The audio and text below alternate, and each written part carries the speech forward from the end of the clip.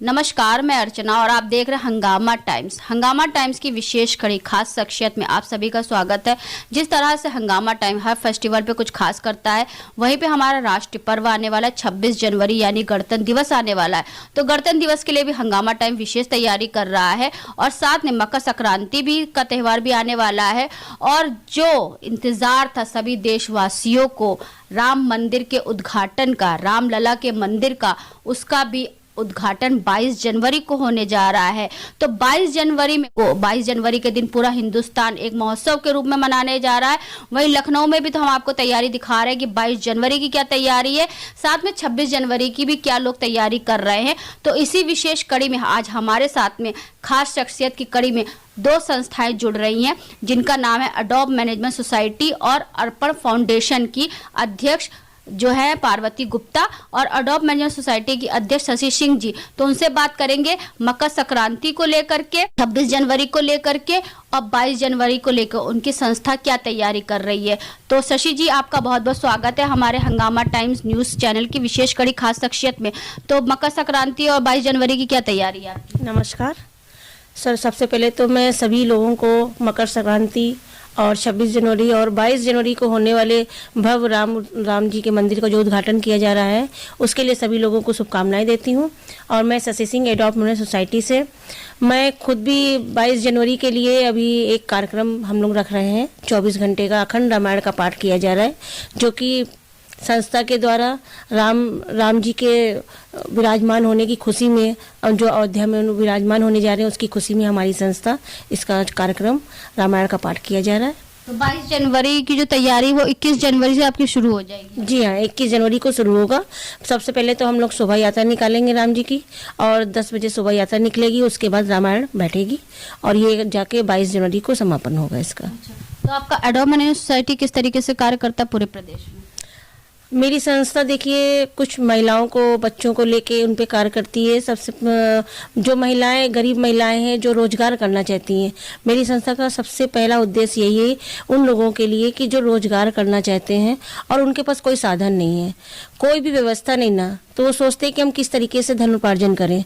इसी उद्देश्य को लेके मैंने इस संस्था को बनाया था। और हमारे साथ वो महिलाएं, लड़कियां, चाहे वो एजेड हैं या अभी शादी नहीं हुई है, फिर भी वो घर की उनकी परेशानियां, परिस्थितियां ऐसी होती है कि उनको कार्य करना होता है, तो मेरी संस्था उन्हें सिलाई के माध्यम से उनको सिखाती है और उनको रोजगार उपलब्ध कराती है। तो 22 तारीख का जो और 21 तारीख का जो कार्यक्रम है उसकी सूची क्या है आप लोगों की? 21 तारीख को 22 तारीख का मैंने जैसा अभी आपको बताया कि हमारी शोभा यात्रा पहले निकलेगी, उसके बाद हम लोग रामायण का पाठ करेंगे सभी लोग, और उसके बाद ये कार्यक्रम हमारा 22 जनवरी तक चलेगा और शाम को दीपोत्सव होगा। समापन के बाद, दीपोत्सव के बाद ये कार्यक्रम की समाप्ति होगी। हमने सुना है बहुत सारी संस्थाओं को भी सम्मानित करवाएंगे। जी हाँ, सम्मान के लिए मैंने जो और भी संस्थाएं हैं जो जिनको हमने बुलाया है इसमें आएंगे, तो उनको राम दरबार देकर और उनको राम जी के उसको देते हुए हम लोग उसको सम्मानित करेंगे। राम दरबार देकर के उनको सम्मानित करा जाएगा। बिल्कुल। तो ये बताइए शशि जी, जैसे कि आपने 14 तारीख का जो मकर संक्रांति है और 22 जनवरी का तो आपने तैयारी बता दी, 26 जनवरी क्या तैयारी? देखिए 26 जनवरी में हम लोगों ने, जो बच्चे हैं, कुछ ऐसे बच्चे हैं जो अभी हमें हाल ही में मिले हुए हैं, ज़रूरतमंद बच्चे हैं, गरीब बच्चे हैं, उन लोगों के लिए कुछ गर्म कपड़े वगैरह जिसकी हम लोगों ने व्यवस्था करी है, तो वो बच्चों को दिया जाएगा और सांस्कृतिक कार्यक्रम होगा। और गरीब बच्चों को जो सर्दियों में कपड़े अपड़े हैं, गर्म कपड़े देकर उन लोगों को करेंगे। हमारे साथ में पार्वती गुप्ता जी है जो कि अर्पण फाउंडेशन की राष्ट्रीय अध्यक्ष हैं। साथ में उनके द्वारा जो 22 जनवरी और 21 जनवरी का जो कार्यक्रम हो रहा है तो उसके बारे में भी हम जानेंगे। तो आपका बहुत स्वागत है। बहुत बहुत धन्यवाद अर्चना। तो क्या कहना चाहेंगी, जिस तरीके से आपके संस्था के द्वारा, अडोब मैनेजमेंट सोसाइटी के द्वारा तो राम महोत्सव मनाया जा रहा है? हाँ, हम लोग कई संस्थाएं मिलकर वैसे तो कर रहे हैं, लेकिन फिर भी मेनली इसमें अर्पण फाउंडेशन और अडोब मैनेजमेंट सोसाइटी, ये दो संस्थाएं मिलकर राम मंदिर के भव्य उद्घाटन के समारोह को मना रहे हैं। और इसका शुभारंभ हम लोग 21 जनवरी को सुबह 10 बजे शोभा यात्रा के साथ करेंगे, और जो कि जिसमें हजारों की संख्या में लोगों के आने की उम्मीद है, क्योंकि हर किसी को खुशी है कि राम मंदिर बन रहा है, तो उसका एक यादगार पल है हम लोगों के लिए, क्योंकि 500 वर्षों के अथक प्रयासों के बाद ये पल हमें मिला है।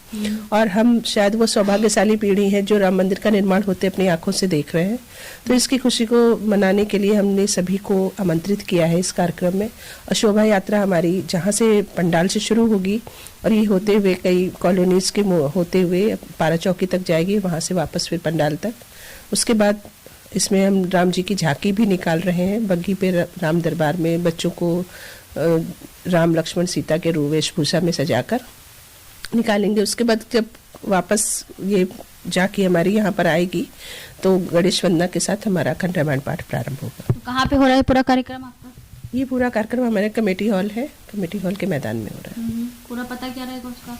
पूरा पता आपका ये है, कमेटी हॉल चौराहा, बीबी खेड़ा, गोकुल ग्राम आवास विकास। अच्छा, तो पिछले विगत कितने सालों से ऐसे आयोजन आप लोग करवा रही हैं? विगत 10 सालों से हम लोग इस तरह के आयोजन करवा रहे हैं। और ये जो रामलला के उपलक्ष्य में हो रहा है, ये एक पहला कार्यक्रम है, क्योंकि राम मंदिर अब जाहिर सी बात है अभी बन रहा है और उसका प्राण प्रतिष्ठा 22 जनवरी को है, तो इसलिए हमारा ये पहला आयोजन है। लेकिन विगत 10 वर्षों से हम लोग भागवत कथा के माध्यम से लोगों में जनसंचार कर रहे हैं और सनातन के प्रति उनको जागरूक कर रहे हैं। और आपकी संस्था के द्वारा और क्या क्या कार्य होते हैं? हमारी संस्था के द्वारा यही मेन तो धार्मिक आयोजन हर तरह के होते हैं, जैसे रामायण का पाठ है, भागवत कथा है और आपका रामचरितमानस। इसके अलावा जैसे बच्चों के लिए कार्यक्रम होते हैं और महिलाओं के लिए भी कार्यक्रम होते हैं। महिलाओं को रोजगार के प्रति जागरूक किया जाता है और उनको सिखाया जाता है, तरह तरह की ट्रेनिंग दी जाती है, कैंप आयोजित किए जाते हैं। इसके अलावा स्त्री शिक्षा पे कार्यक्रम आयोजित किए जाते हैं, महिला स्वास्थ्य पे आयोजित किए जाते हैं और आई कैंप वगैरह लगवाए जाते हैं, ब्लड डोनेशन कैंप लगवाए जाते हैं। इस तरह के कार्यक्रम होते हैं संस्था के द्वारा। तो जिस तरह से आप श्री राम जन्मभूमि मंदिर का प्राण प्रतिष्ठा समारोह तो मना ही रही हैं, तो सनातन से तो हम काफी देख रहे हैं, आप काफी पिछले कई सालों से कार्य कर रही हैं। इसके अलावा जनवरी में तो आपका कार्यक्रम हो ही रहा है, आगे क्या तैयारी रहेगी? जनवरी में तो हमारे ये जो 3 कार्यक्रम हैं मेन लगे ही हुए हैं। जैसे 14 जनवरी को हम लोग मकर संक्रांति के उपलक्ष्य में लोहड़ी भी है और लोहड़ी में नए अनाज के साथ, जैसे कि सब लोग खुशी मनाते हैं, अपना नया अनाज आता है, उसी में लोहड़ी मनाई जाती है पंजाबियों का, जो कि मुख्य त्यौहार है। उसके बाद मकर संक्रांति के दिन हम लोग खिचड़ी बना करके जरूरतमंद लोगों तक वो प्रसाद पहुँचाएंगे और उस दिन उन्हें दान में जो भी वस्त्र वगैरह होंगे, गर्म कपड़े, कंबल वगैरह, वो सब बांटे जाएंगे संस्था की तरफ से। और इसके बाद हमारा 21-22 जनवरी को 2 दिवसीय हमारा राम मंदिर के उत्सव का कार्यक्रम है।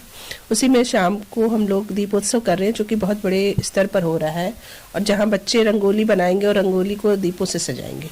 ये एक बहुत बड़ा आयोजन होगा जो कि देखने लायक होगा और बच्चे भी काफ़ी उत्साहित हैं। सांस्कृतिक गतिविधियां भी होंगी और उसमें कई लोग जो हमारे मेहमान हैं, जो आ रहे हैं अतिथिगण, उन सबको सम्मानित भी किया जाएगा।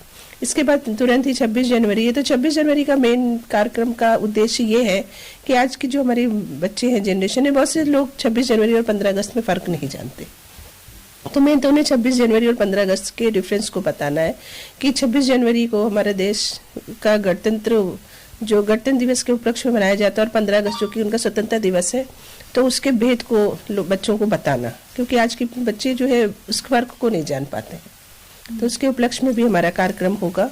और उसके बाद फरवरी में हमारा शहीद दिवस पे कार्यक्रम होगा, जो कि 14 फरवरी को होगा। और 14 फरवरी को जैसा कि जो आज के बच्चे हैं वो वैलेंटाइन डे मनाते हैं, जबकि वो शहीद दिवस के रूप में मनाया जाता है। और हम शहीद दिवस के लिए उसमें अपने वीर जवानों की याद में उनको सम्मानित करेंगे। आजकल के युवा पीढ़ी को ये चीज बतानी जरूरी है। तो अप्रैल में क्या कार्यक्रम रहेगा आपका?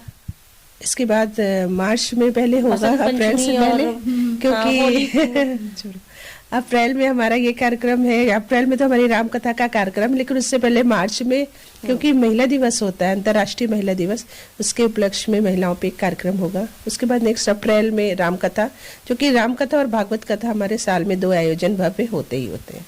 तो 28 अप्रैल से, आगामी 28 अप्रैल से हमारी राम कथा का पाठ प्रारंभ हो रहा है। तो सभी देशवासियों, आखिरी सवाल आपसे पूछें, सभी देशवासियों क्या शुभकामनाएं देना चाहेंगे 26 जनवरी यानी कि गणतंत्र दिवस के लिए और मकर संक्रांति के लिए, और जो राम मंदिर का भव्य उद्घाटन हो रहा है उसके लिए?